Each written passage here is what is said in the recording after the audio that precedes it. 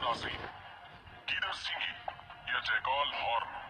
तिलिस्म का एक ऐसा मारूफ लफ्ज है जिसे बरसगीर में हर दूसरा शख्स हासिल करना चाहता है,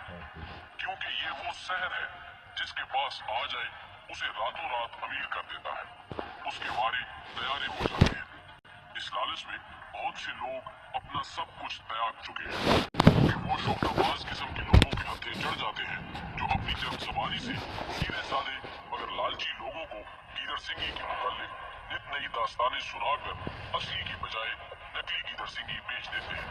अवामुन्नास को बेवकूफ बनाने के इस मकरूह फेल में सन्यासी, सपेरे और फाल निकालने वाले बाबे पेश होते हैं,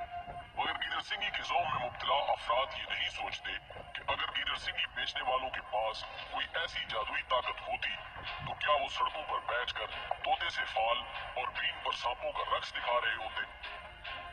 दोस्तों, अलूमे रूहानियात और इल्मे सीमिया के माहिरीन बताते हैं कि गीदड़ सिंगी एक ऐसा जबरदस्त तिलिस्म है जिस पर किसी किस्म के इल्मो अमल या चिल्ले की जरूरत नहीं पड़ती, बल्कि ये बजाते खुद एक ऐसी ताकत है जिसमें बेशुमार फवायद पोशीदा है। इसके तासुरात सड़क छाप कंगलों को बंगलों में बिठा देते हैं। इसीलिए इल्मे सीमिया के माहिरीन ने इस पर कभी कोई किताब या तफसील मुरतब नहीं की।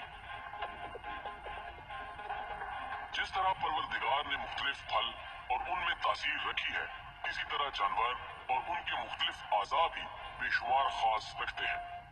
क्योंकि बहुत से जानवरों के मुबारक और मनहूस होने के कई करीम किस्से मौजूद हैं।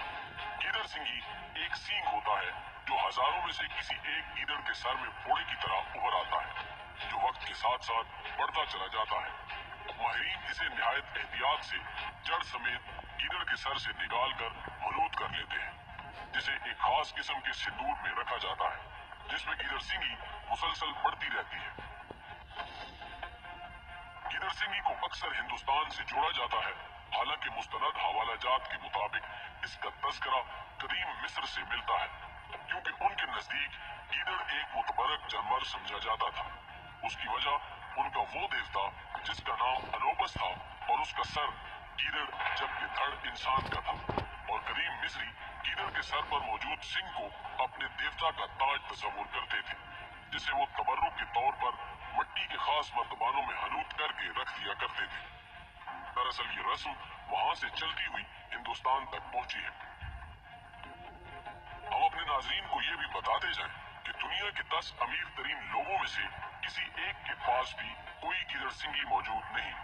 अलबत्ता लोगों ने इसकी कुछ अकसाम वज़ा कर रखी है, मसलन साम,